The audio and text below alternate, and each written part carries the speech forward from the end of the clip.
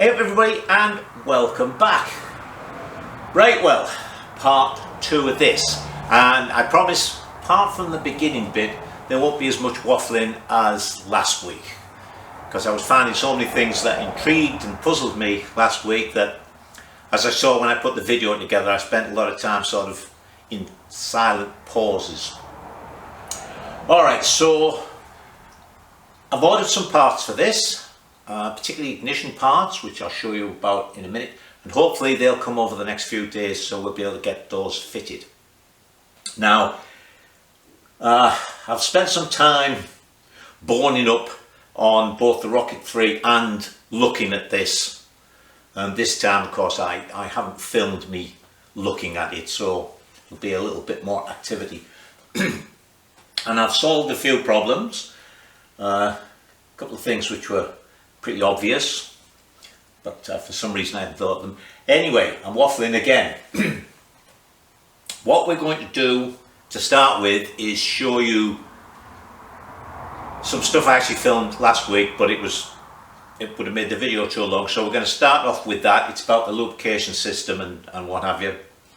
Then we're going to look at our very important thing from my point of view in terms of the work, and it's going to make the work a lot easier, to do with the ignition. So nothing else to tell you. I'm beavering on with the tank for the otter, woodworking as I mentioned. So sit back, watch the bit from last week, and then we'll get stuck in and carry on with some new stuff. I've taken the valve inspection covers off. Everything looks nice, both front and back, and also don't know if you can see in there, but it's got alloy. Whoops, I'm holding the camera up to so you can see down in there. It's got alloy valve caps on the springs there, so don't think there'd be, well, it might be, but I don't know if they were alloy to start with, but it's got alloy ones now.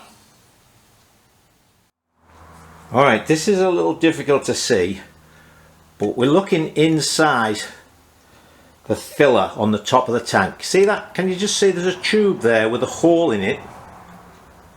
Well, that tube goes all the way down the frame to that tube there. So that goes in and it goes all the way up the spine and comes out. So this is the return, and it does go all the way to the top of the frame. Seems a hell of a complicated way to do it. Well, I didn't run the rubber tube up there and just put a short return.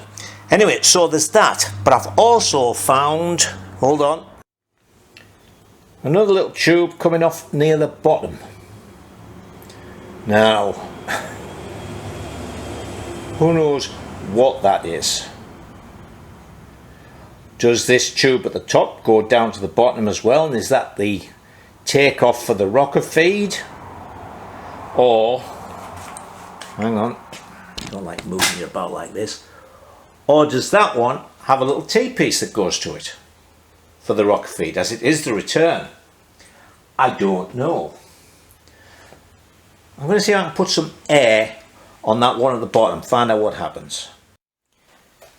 Well, if I blow air in the bottom of that, it just seems to blow into the tube here, actually out the bottom. So whether it's meant to be a drain, although it's just an open tube, it's not threaded, I don't know. That tube at the bottom is threaded inside, so that's for a fitting to go onto that, so I've got to look into that a little bit more. This is all very complicated. Actually, also, as I was looking into the oil, into the spine there, from what I can see, it's pretty clean. So we might just put a container at the bottom here and pour a bit of petrol in and see what colour whatever is in there comes out. Right, my brain obviously isn't functioning this morning. That, which is a 7/16 fine thread, is the drain. Isn't that bleeding obvious? And this up here is the feed. Alright, so it's not complicated at all, it's just me being mental. Alright, so that's sorted that out. Let's see if we can flush something through here and at least get to see if our oil tank in the frame is alright. Right, now you watch that for me while I stand on a box here and pour something into the oil tank.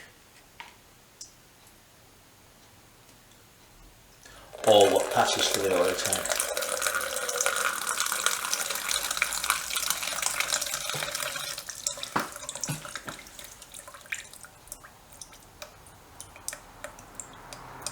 Well, that looks oily. See if there's any bits in it.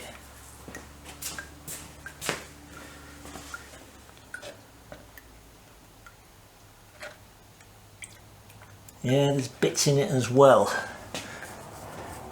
That was a bit of petrol. I haven't got any kerosene. I better get myself a gallon of kerosene. Put the plug in. Seal up the couple of pipes. Fill it up. I wonder how much it holds. I could calculate that. And then fill it up and let it stand for a day and then drain it out. Has that stopped coming out of there?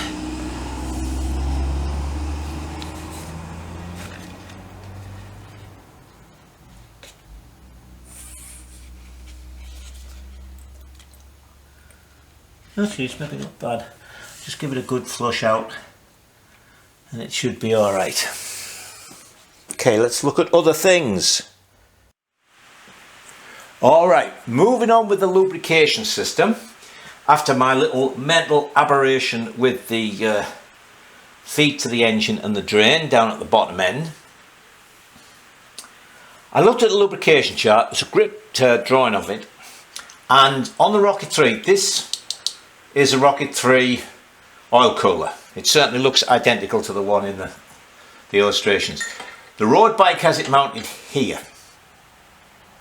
and because the oil cooler is on the return side, it's pointless trying to cool oil coming out of the oil tank. You want to cool the oil that's coming out the engine that's being warmed up. So it's there. So what you've got is the return from the engine going in one side, and then coming out the other side, as it runs along the top of here, it's got a T-piece in it that feeds the rocker feed. Right, so we need that T-piece. So there's a couple of strange things. I can't understand why they put such a huge one on there. I mean, the one on the bottom of the engine is nowhere near as large a diameter as that piece of tube. But anyway, let's put that there as if it's going to be up here. I don't see any brackets or any sort of witness marks that there were clamps for that. I really don't. I'm assuming this up here is for ignition coils, although there's another one, yep, back there. But what really intrigues me here about the design of this frame is this is the oil return, right? And we know now that it goes all the way up here and comes out there, right? If the oil cooler was up here, why would you run a hose all the way down there to go on there when you could just run a hose onto your return? So does that mean the oil cooler was back here? Now, if it was back here, I don't know where on earth they put it. I thought maybe that's first. I thought, oh, I wonder if they were put on for it. But as I say, they're an afterthought.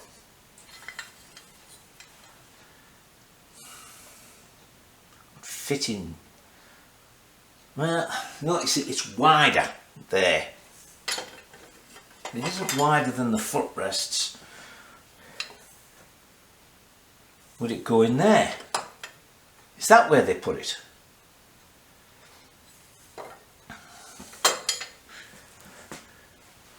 Hang on. I'm thinking, did they put it in the back here?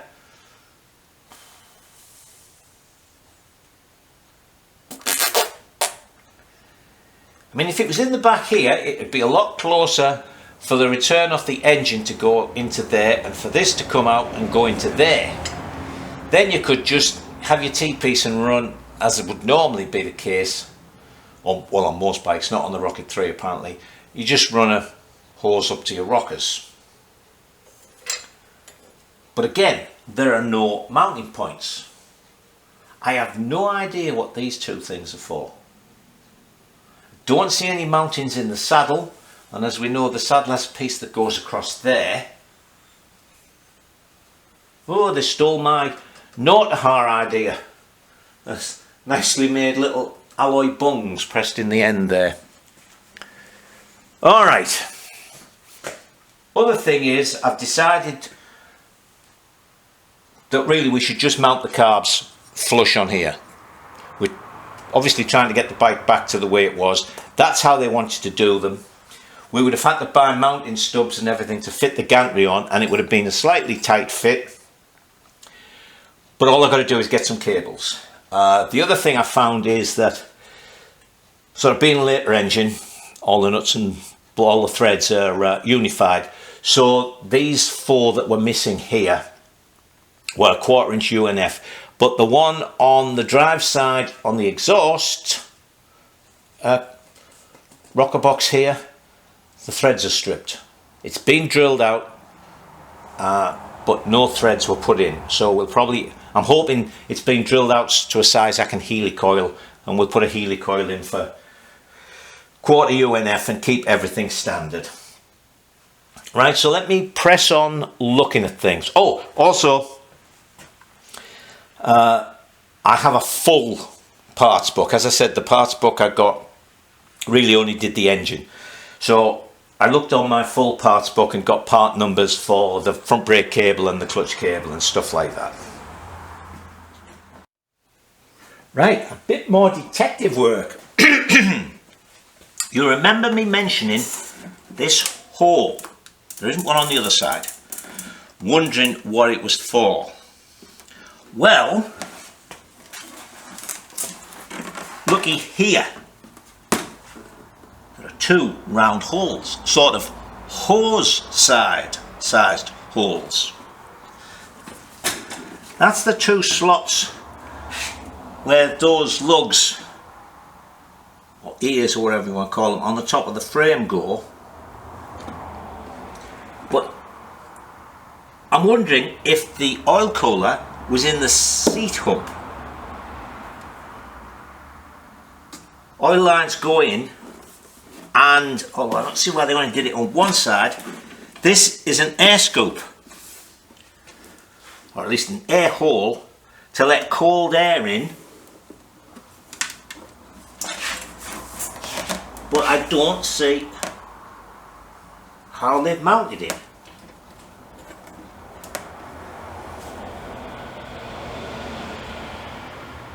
Aha! Hang on, see if I can get you in here. I don't know if you'll be able to see this. There are, I don't know, because they're right inside. There are two extremely long bolts. One there, and one up here. No, you're not going to be able to see them in there unless I bring the camera over. But anyway, there are two long bolts. I think they're holding the seat pad on, and they could be where those brackets went on the oil cooler. Let me see what I can see. Just spotted something else as well. You remember, found this plug in the box? Actually, it's been drilled, look, to be wired. It's got some oil in, it's got this slightly strange thing. This is the oil filter in there. So that goes in there, like that, and that screws in there. So we're finding more bits, which is very good. Back to the oil cooler in the seat. Right, well, I took the pad off, which is what the long bolts at the back were for. They go through there. Then these long bolts go through these holes, and that's for that cross brace. So I don't think those were for mounting the oil tank, the oil cooler, because I don't see how we get to it. One thing I did notice though when I was sort of looking inside, so the light was outside.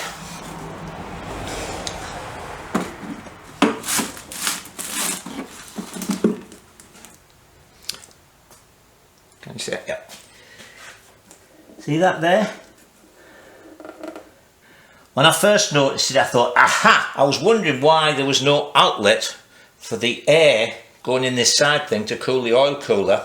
But actually, this seems to be drilled to take a rear light, because there's the biggish one in the middle, and then here and here there are two bolt-sized holes.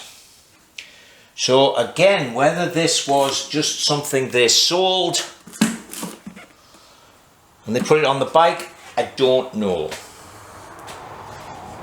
But it seems stupid to have, it's like, I can't understand why there isn't one on each side, and there's no way for the air to get out. Also, under this fiberglass, you can see it in a couple of places where it's broken, there's a, well, it's less than 1/16, it's probably a 40 thou sort of alloy skin. Right, now then, this won't go in sideways, crossways, so if it went in there, it had to go in long ways. So I'm really confused. There are no other mounting points inside there at all. Nothing, not on the top, not on the sides, not on the bottom. So unless this was just put in there like that, I don't know. They maybe weren't bothered about it.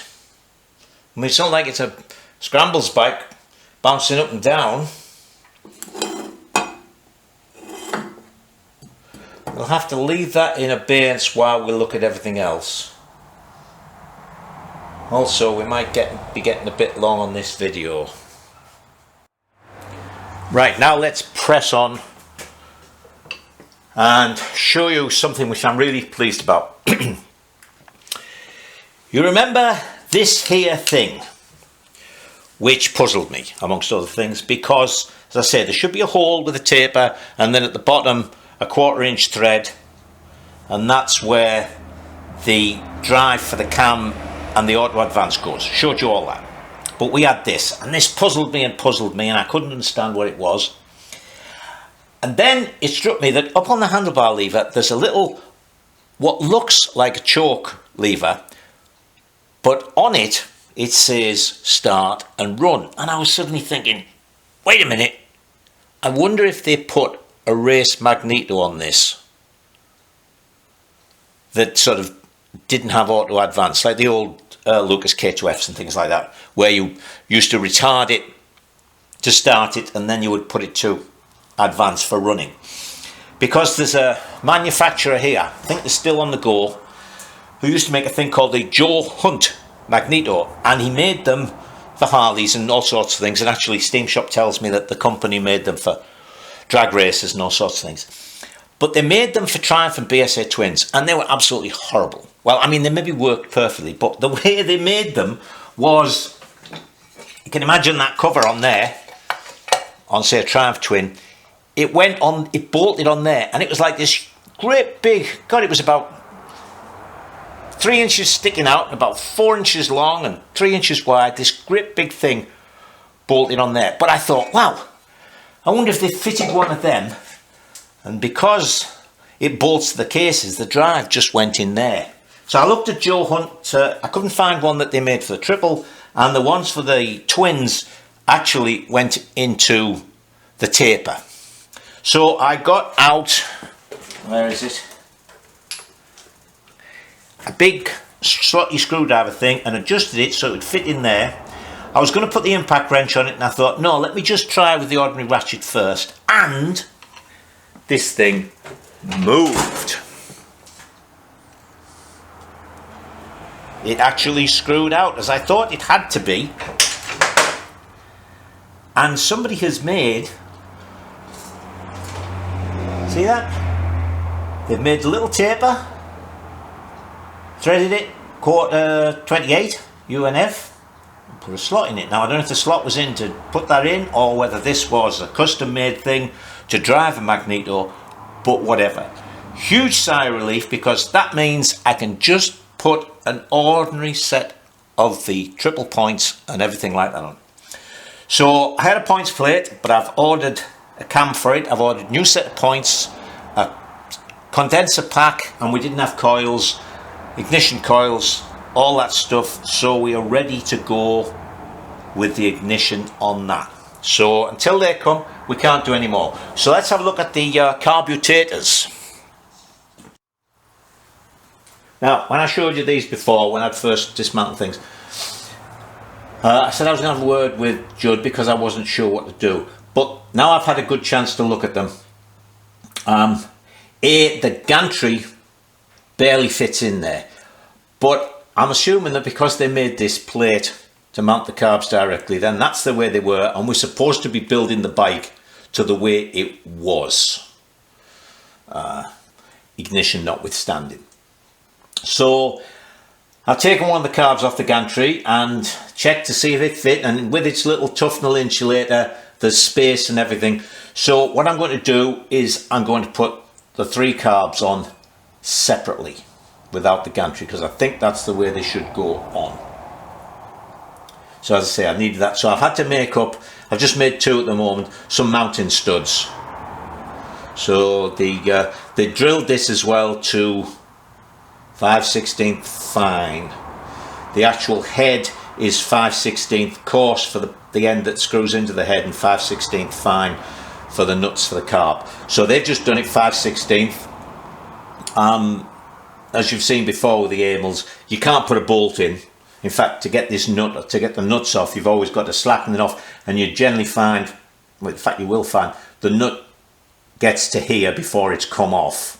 So you've sort of got to pull the carb out a little bit and undo the nut the last few turns. So we'll do that.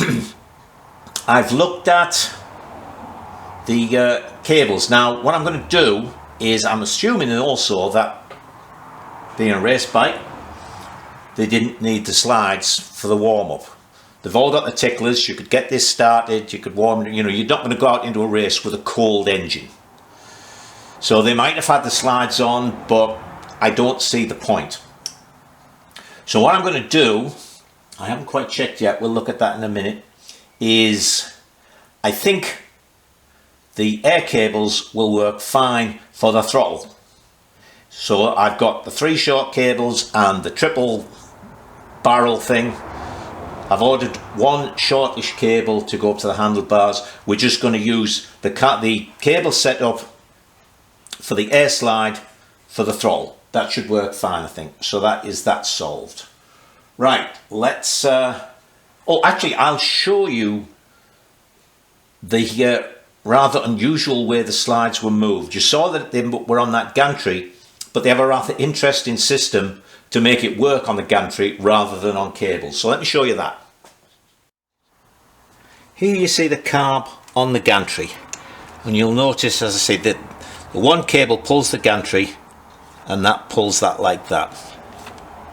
So there is what would be the normal adjuster within the cable, and then you can see back here what looks like a cable going into the top of the carb, but in actual fact, out the way, right, this is a little disjointed. I just noticed when I switched from the complete carb to this part was out of focus. So anyway, this is the mechanism that's in there, and as you can see, it's not a cable, it's actually a thin rod with 2 what you could call nipples on them. So what happens is, this goes down and locks in the slide as normal, but instead of having the usual big spring, what it has is a small spring and a little plate, and it's locked on with this split collar. So when it's on, that collar's on there like that, spring's on, whoops, where are we? That's on, then the spring is compressed, so the nipple will go in the usual hole at the bottom that the cable would go in.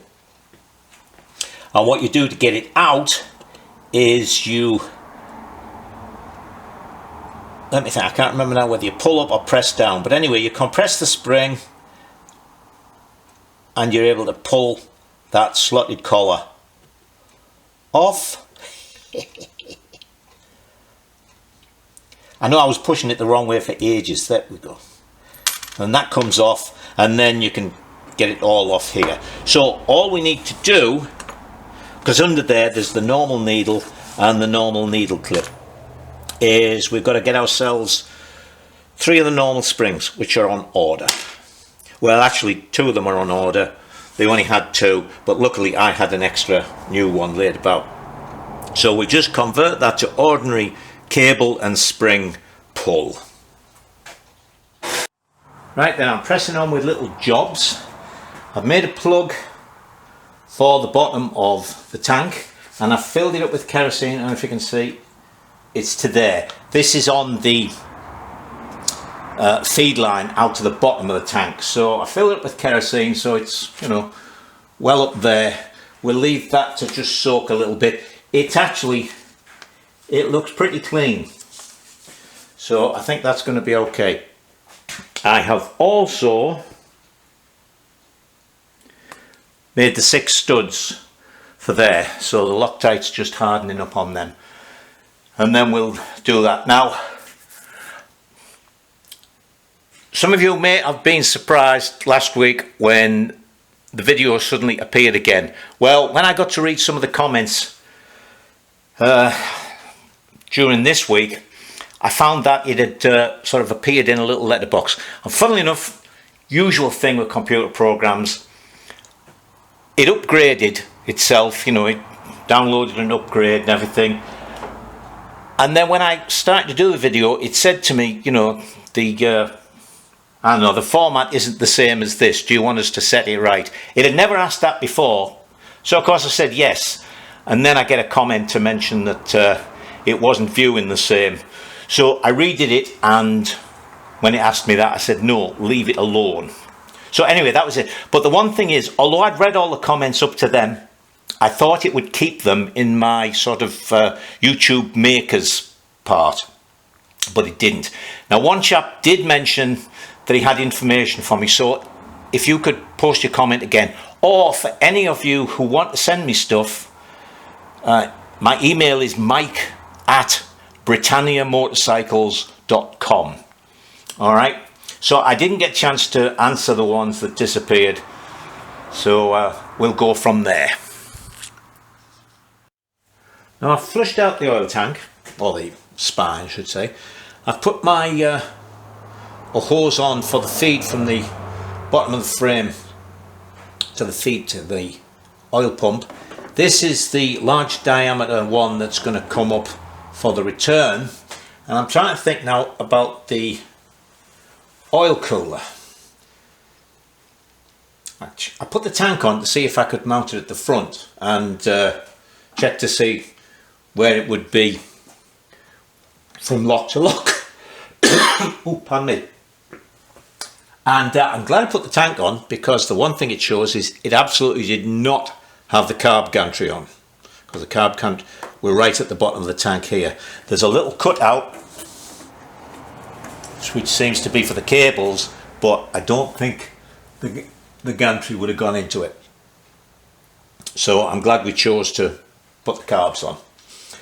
Alright, so where do we put the oil cooler? Now, on the Rocket 3 it goes in here, and the cradle, as they call it, is a big one-piece thing. I mean, it sort of bolts up at the top like that, but it really is a whole piece that it sits down in, and there's various lugs and things to go obviously onto the frame.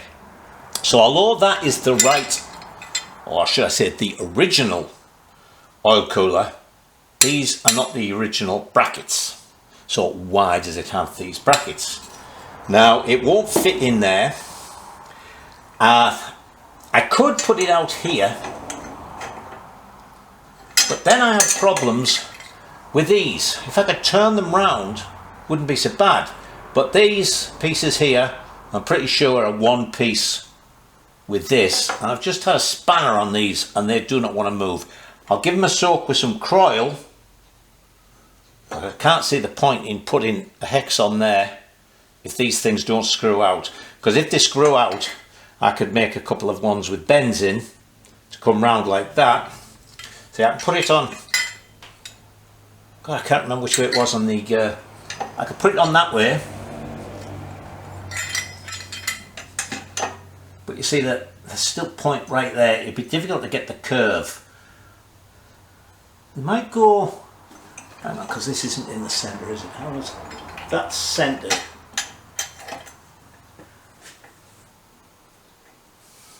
I could just get them to go in. That would work. Would that make any difference to the oil cooler? If that's upside down. Actually, I don't think that is upside down, because it would have to be like that going inside the frame. So that's the way it should be. So maybe I can put it on there. I'll put the oil line going in and round like that. Yes, I think that'll work. So let me make up a bracket, because I do have a nice big lug on the front here. I can make up a bracket for that to go on.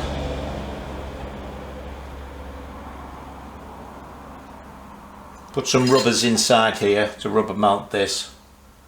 I'd rather have it there. I honestly don't see the point in it being in the seat hump. You've got to have air going through it. So anyway, let's make a bracket up and see how it looks here. Right, well, this hole was just under 3/8 and I wanted a nice solid mounting, so I've actually tapped it. And I've made a bracket out of stainless steel so we can clean this up, it'll look nice. So that goes on there like thus.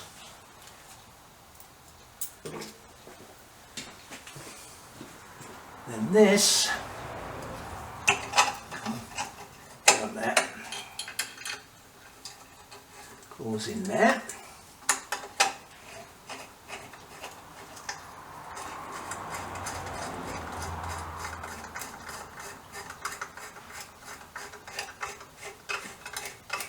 Like that.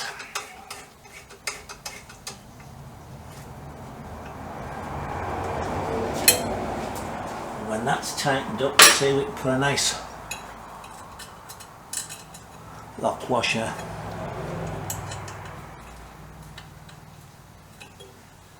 and a nut on it. So this nut actually acts as a lock nut because we've got two threads, you see. We've got the thread in that lug and now we've got the nut on it. Put that nice and tight. I've added some rubber into here. Put it on the right way around, Michael. Goes in there. Lock washer. Another lock washer. And two nuts which have disappeared. There they are.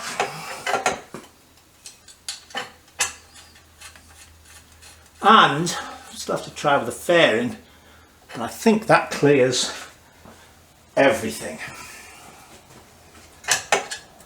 Don't think the wheel's going to come up that far. We can check it later on, but I think that I'm going to need a half. All my 1/2 inch spanners have disappeared. Where are they? 9/16. Anyway, you can see how that goes on there.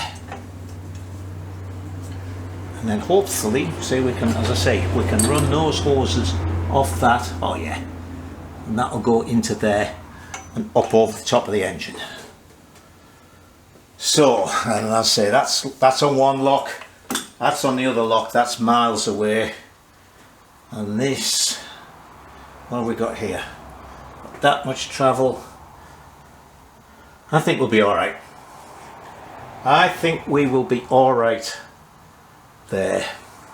We'll find out later on. What I can do is take the tops out so the spring will compress and we'll just pull the wheel up and make sure everything is all right before we completely finalize it. So there we go. Can I pull you back a bit more even there? Oh yeah. Oh, you couldn't see those, could you? As I say, that's fine. They'll come inside the frame. And I don't think the wheel is going to come up to that. But we'll check that later on. Alright. So, these are almost 1/2 inch. And the other is 3/8. So, I don't know if there's a step down thing or what. But we'll have to find out later on, because I was told to get up for dinner at 5 o'clock and it's just 5 o'clock now, so see you tomorrow. Right now, so I've made up a T-piece to match this, so that will go into that line, and that line is going to go up to there. And I think if I warm this up a bit, I can slip it on to there, because it's the oil cooler feeds aren't that, they're only about 20 thou bigger than the pipe into the frame, so we should be able to get it all to go together all right. Let's have a look see. Right, well, we're stumped for the day on this, because although this is all ready to go, I cannot get this tube to go on there. It's just too big. So I've got to get myself, you know, a foot, so I can get 2 6-inch pieces, well, maybe a little bit more, of 1/2 inch ID stuff. I was able to stretch that a fair bit to get it onto there, onto the piece I made. So I'll have to make up another little barrel just to go from there to there, unless I can get that out of there. Let me try and see if I can get that out of there, and then we might be able to make up a little piece to go on there. Because, you know, like a couple of the comments I've had about this, don't forget, not only is nobody going to race this, but this is more, it's not exactly a display bike. We want it to run, but there's a lot of things we don't have to worry about with it. Okay, so let me see if I can get these out. Well, little soaking coil, and out they came. So what I did was I turned a little bit off, because as I say, it was really close to fitting. So I turned about 15 thou off them and just chamfered the edge so this would go on. And then, actually, I don't know if I mentioned this, I probably should have showed you. When you're putting these nylon hoses on, I said I heated it up. If you just heat it and try to push it on, what you'll find is it's all philology. What you need is something like this. Right, so heat it up and then push it on and push it on and push it on, and then leave it to cool down. You'll find when you take this out, the nylon, or whatever these are made out of, because these are the sort of solvent grade, will retain the shape the size you've forced it out to. Then it'll go on. Doesn't harden it or anything, so once it's on, you can put a clip on and it'll clamp it up nicely and tightly. But as I say, if you just heat it up so it goes soft, it's too philology to push onto the fitting. But you can just push that right in there, get it to where you want it, and then when it's cooled down, fit it. Alright, so we're not going to leave these flopping about here. When I've got the coils on, when I make the bracket for the coils, I'll do something to hold them up. And I've only just put this little bit of black hose on. I'll put a longer piece on so that will lift up higher. So they'll be up here, out of the way somewhere, just below the coils. Alright, so that is the lubrication system all done. Next thing we'll do is get these carbs sorted. Right, well, done that hose there. I need one more clip. Because it suddenly struck me, when I had the tank on, the tank is flat at the bottom. Right there. In fact, it's got to have a bit of rubber on to make it clear these. So there's no way I can put the coils there. I have to think of somewhere else to put the coils. But anyway, as I say, let's move to the carburetors. And the bits came that I had to order for the carbs, but look, there's the tuftnell spacer, 3 of them. Completely the wrong one. To start with, it's 1/4 inch holes instead of 5/16. It's the wrong, it's just... So I'm afraid that's going to be it for this week until the ignition part. Right, well, why did the last piece of video end so abrupt, you're thinking? Because it's now Saturday afternoon and I suddenly thought it won't do with these at the bottom.